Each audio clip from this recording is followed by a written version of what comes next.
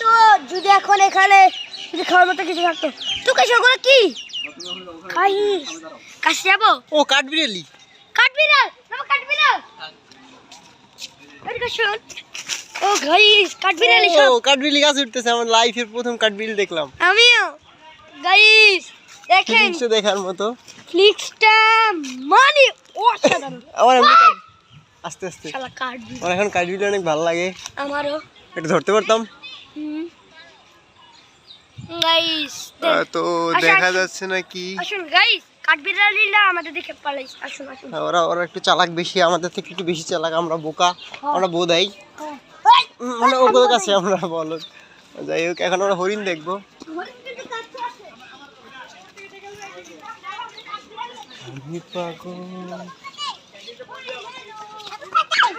ওদিকে যাও না।